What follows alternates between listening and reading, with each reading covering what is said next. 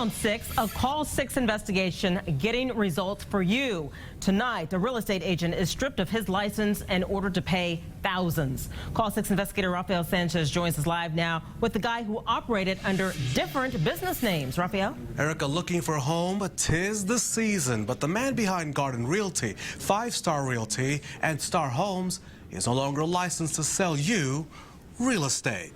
You've never done anything wrong against any of these victims that claim you sold them home. You're the victim of what? Of lies. That was David Garden in April 2013. It's been a long year. As of today, Garden is no longer allowed to practice real estate.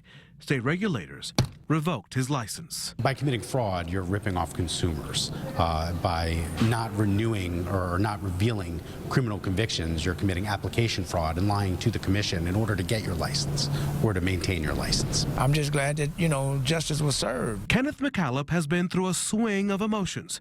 He hired Garden's company to sell his home in Indianapolis in October 2011. Much to his surprise, the veteran found his house in foreclosure. There was a couple of times that we verbally got into some arguments and almost physically got into it, and I just felt frustrated, but I just turned it over to the man upstairs. The Call 6 team exposed Garden's business practices back in November 2012. And while today's decision may assist a few families, it won't help William or Kathleen Williams.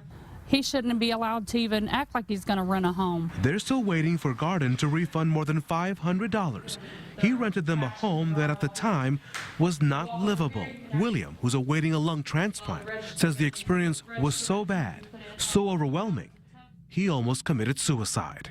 What this guy's did me, it wouldn't take a minute for me to spill my brains out and get it over with.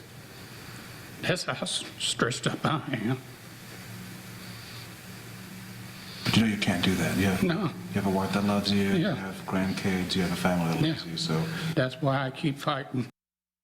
Of 26 state-related real estate rules, they also then slapped him with a fine for $26,000.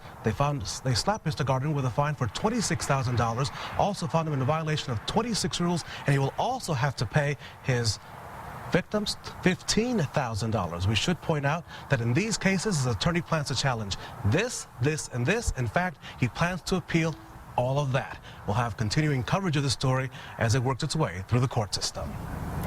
Our team is tracking new details.